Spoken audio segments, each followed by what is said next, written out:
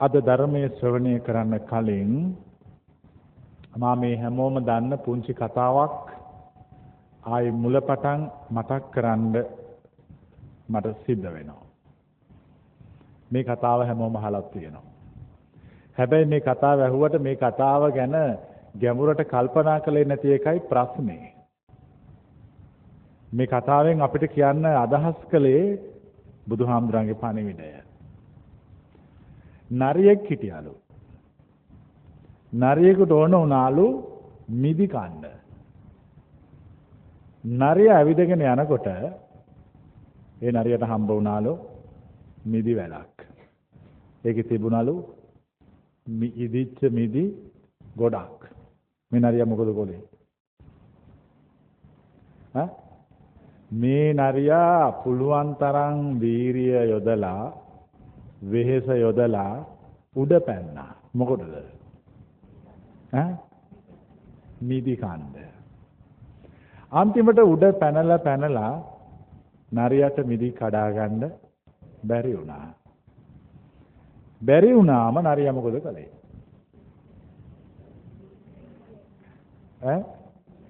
නරියට මිදි කන්න බැරි වීම ප්‍රශ්නයක් කරගත්තේ නැහැ. බලන්න මිනිස්සුන්ට වඩා මොළේ තියෙන නරියෙක්. දැන් අපිට වෙන ප්‍රශ්නේ මොකද්ද? ජීවිතයේ යම් දෙයක් සිතපු විදියට සිදු නොවුනොත් ඒක තමයි අපි දකින විශාලම ප්‍රශ්නය. මේ බුද්ධිමත් නරියා ඊට පස්සේ කිව්වා මිදිවැල දිහා බලලා අපෝ මේව කෑවොත් එම් බඩේ අමාරුවක් හැදෙනවා. මීට වැඩිය හොඳයි මේ ගිහිල්ලා වෙන මොනවා හරි කනවයි කියලා නරියා යන්න ගියා. කිසි ප්‍රශ්නයක් නැහැ. මම ඔය කතාව කිව්වේ හැමෝටම ඕක තමයි අපි මේ ධර්මය තේරුම් ගන්නවා කියලා තේරුම් ගත යුත්තේ. හොඳට මේක කල්පනා කරන්න. දැන් මේක ඔය කතාව හැමෝම මෙතන ඉන්න අය දැනගෙන හිටියේ නැද්ද? හැබැයි කල්පනා කළාද මේ නරිය නම් අමුතුම જાතිය නරියෙක්. නරියට මිදි ගන්න බැරි වුණා කියලා ප්‍රශ්නයකුත් කිසි ප්‍රශ්නයක් නැහැ. ඕනම දෙයක් ප්‍රශ්නයක් වන්නේ කුමක් වුණොත්ද? එය ප්‍රශ්නයක් යයි කියා අල්ලා ගත්තොත්. පැහැදිලිද? දැන් ජීවිතේ ප්‍රශ්න තියෙන අය අත උස්සන්න. ප්‍රශ්න තියෙන අය අත උස්සන්න. තමුන්ට ප්‍රශ්න තියෙන අය අත උස්සන්න. හොඳට අත උස්සන්න. ඔය ප්‍රශ්න තියෙන්නේ ඇයි? තවමත් ඒ ප්‍රශ්න ඔබ අල්ලාගෙන සිටින නිසාය. නරියයි කතාව සිහිපත් කරා. දැන් ප්‍රශ්න තියෙන අය අත උස්සන්න. දැන් ප්‍රශ්න තියෙනවද? නෑ. මොකුත් නෑ. ප්‍රශ්නය ඇති කරවන්නේ ඒ කෙරෙහි ඇති අපි බලන විදියයි. හැම මිනිස්සෙක්ම සාම්ප්‍රදායික රාමුවක් තුළ කල්පනා කරනවා. ඔය නරියා විදියට කල්පනා කරන අය සමාජයේ ඉන්නවද නැද්ද? හරි කලාතුරකින් ඉන්නවා. අන්න ඒ අයට අපි කියනවා ඒගොල්ලෝ ධර්මය දන්නවා. ඒ දන්න ධර්මය තමයි ඒගොල්ලොන්ගේ කල්පනා කරන ක්‍රමය වෙනස් කරන්නේ. දැන් එතකොට මේ මම අහන ප්‍රශ්නය බුද්ධ ශ්‍රාවකයෙක් කියන්නේ කවුද? බුද්ධ ශ්‍රාවකයෙක් කියන්නේ සිතන විදිය වෙනස් කරගත්ත කෙනා. සිතන විදිය සම්පූර්ණ වෙනසකටපත් කරලා. දැන් මෙතන ඉන්න ඕනම කෙනෙකුට බුද්ධ ශ්‍රාවකයෝ වෙන්න බැරිද? පුළුවන්ද බැරිද? පුළුවන්. මොකද කරන්න තියෙන්නේ? සිතන විදිය වෙනස් කරන්න. ඒ කියන්නේ ස්විච් එක මාරු කරන්න.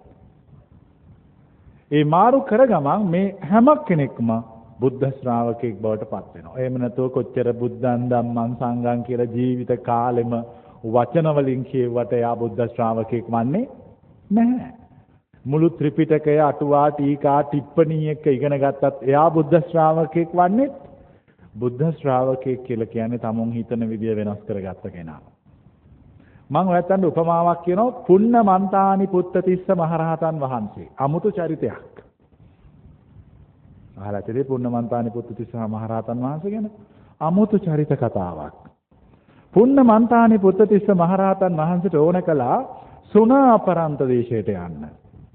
සුණාපරන්ත දේශයේ තිබුණ ඉන්දියාවේ බටහිර අරාබියේ.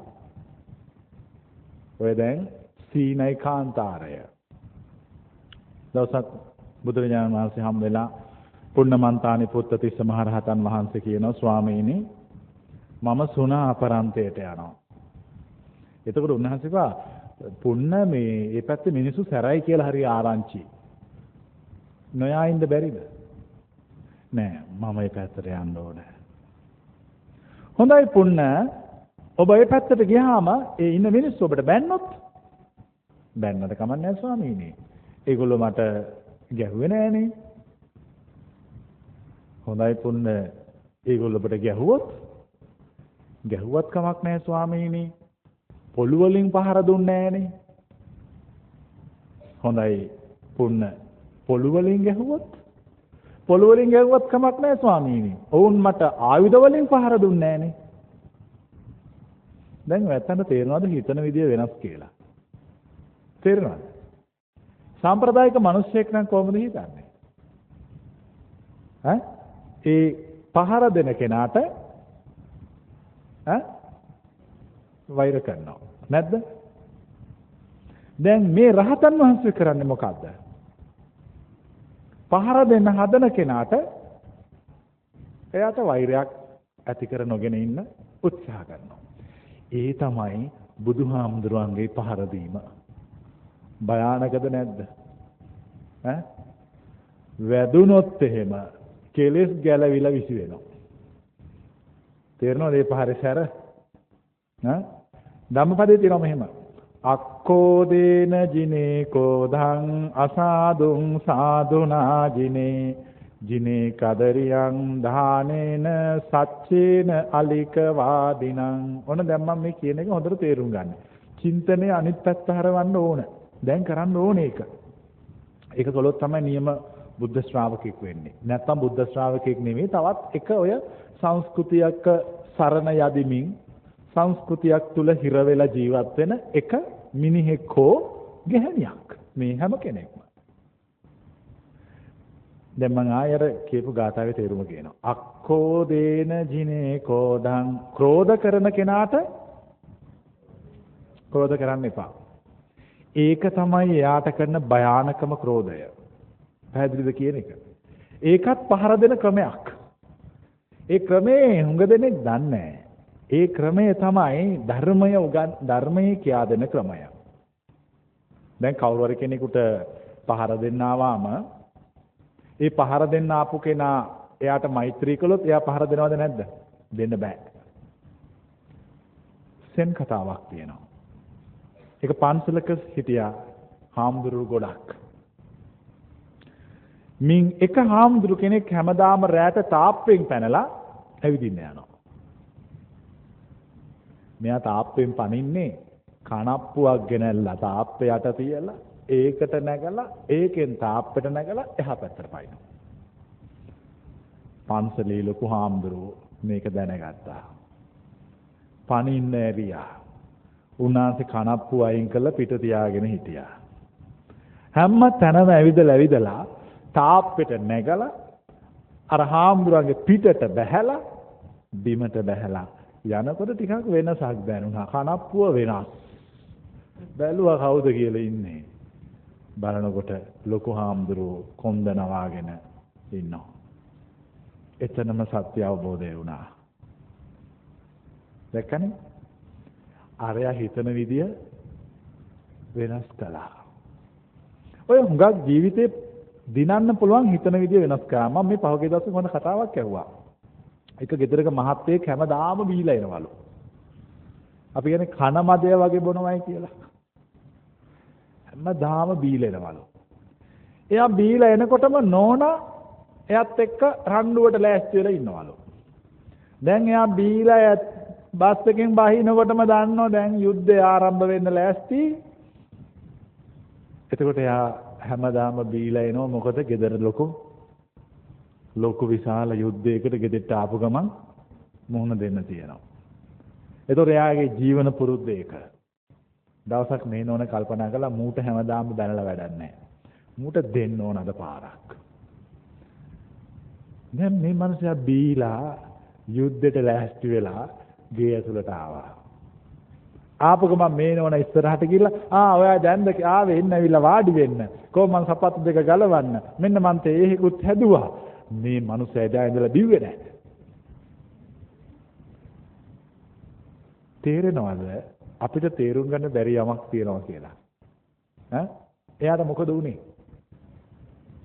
එයා හිතාගෙන හිටපු එක සැරේටම බිඳ වැටිලා විනාශ වුණා.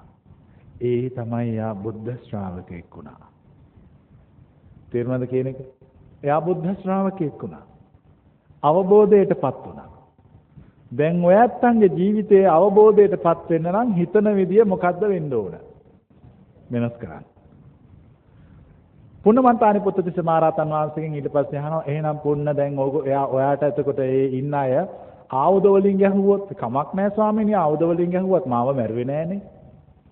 හොඳයි පුන්න වැරදිලාවත් ඔබ මැරුවොත්ද? කොච්චර හොඳද ස්වාමීනි? කී දෙනෙක් මැරෙන්න බැරුව දඟලනවද? නැද්ද? කී දෙනෙක් මැරෙන්න බැරුව දඟලනවද? මට ඒක නොමිලේම ලැබුණා අය කියා මා සන්තෝෂයටපත් වෙනවා.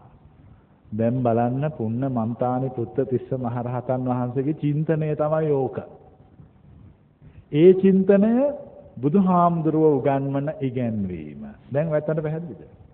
දැන් පැහැදිලිද? පොඩි තියෙනවා අපිට තේරුම් ගන්න වෙනස් වෙච්ච දෙයක්. තියෙන ප්‍රශ්නය සාම්ප්‍රදායික රාමුවක් තුළ බලනකොට මේ වෙනස අපිට එක සැරේට අවබෝධ වෙන්නේ නැහැ. වැටහෙන්නේ නැහැ. මනස නිදහස් කළා විවෘත කළා බලවම අපිට තේරෙනවා. අපි හිතන විදිය වෙනස් කළොත් ඒ හිතන විදිය වෙනස් කිරීමම තමයි බුද්ධ ශ්‍රාවකෙක් වීම කියලා කියන්නේ. පැහැදිලි. දැන් පැහැදිලිනේ? දැන් ওই පුන්නමන්තානේ පුත්තිස්ස මහරහතන් වහන්සේ වගේ වෙන්න. දැන් එතකොට අපි හිතමු දැන් ඔන්න මේ ඉන්න අයට මම කියනවා අද හිතන විදිය වෙනස් කරගන්න. දැන් එතකොට මේ හැමෝම හොඳට සවන් දීගෙන ඉන්නවා. මොකද සවන් දෙන්නේ කොහොමද මෙයා කියන එක අහලා අපි හිතන විදිය වෙනස් කරන්නේ. මම ඒකට උපමා කියනවා. උදාහරණ කියනවා. යම් කාරණා පෙන්වා දෙනවා. එතකොට ඒ ටික හොඳට හිතට ගන්න ඕන. ලෝකේ ජීවත් වෙන මිනිස්සු ඔක්කොම හිතන්නේ එකම විදියකට. නැද්ද? නැද්ද? එකම විදියකට හිතනවා. එකම විදියකට කල්පනා කරනවා. එකම විදියකට වැඩ කරනවා. ලෝකේ ජීවත් වෙන මිනිස්සු හිතන ඒ එකම විදියට අපි දහමේ නමක් කියනවා. මොකක්ද? මොකක්ද ඒක? අනුසෝතගාමී. හරිනේද? අනුසෝතගාමී. හැබැයි අපි පුරුද්දට අහලා තියෙනවා බුදුදහම පටිසෝතගාමී. ඒ කියන්නේ ස්විච් එක අනිත් පැත්තට හරවලා. ඔය එකයි කියන්නේ. දැන් අපිට පුළුවන් නම් පටිසෝතගාමී විදියට කල්පනා කරන්න. එතකොට අපි කවුද? අපි බුදුහාමුදුරුවන්ගේ ශ්‍රාවකයෝ. එහෙනම් දැන් මේ ඔක්කොම හිතන විදිය එක සැරේට මොකද කරන්න ඕන? වෙනස් කරන්න. හිතන විදිය වෙනස් කරපු ගමන් ජීවිතය වෙනස් වෙනවා. පෞරුෂය වෙනස් වෙනවා. සියල්ල වෙනස් වෙනවා. තියෙන ප්‍රශ්නය දැන් මේ හිතන විදිය වෙනස් කරන්න කිව්වහම එන ප්‍රශ්න තියෙනවා. ඒතකොට අපි කල්පනා කරනවා දැන් මං හිතන විදිය වෙනස් කරනවා. මම දැන් අද ඉඳන් අලුත් විදියට හිතනවා. අලුත් විදියට හිතන්න පටන් ගත්තයින් පස්සේ අර කලින් දේවල් කලින් දේවල් මට හිමි වෙයිද අහිමි වෙයිද? මොකක් වෙයිද? ආයෙ මම කියනවා දණිය ගෝපාල සූත්‍රය. අහලා තියෙනවනේ? දණිය කියලා හරක් බලන මිනිස්සෙක් මහීගඟ අසබඩ ජීවත් වෙච්ච. බලන්න අන්න බුද්ධ ශ්‍රාවකයා වෙනකොට අභියෝගේ බාර ගන්න ඕන. ඔහු හුඟක් හොඳ ගොවියෙක්. කුඹුරු වැඩ කළා විවිධ දේවල් කළා සන්තෝෂ වෙලා දවසක් ඉතින් මේ වැස්සකුත් එනවා.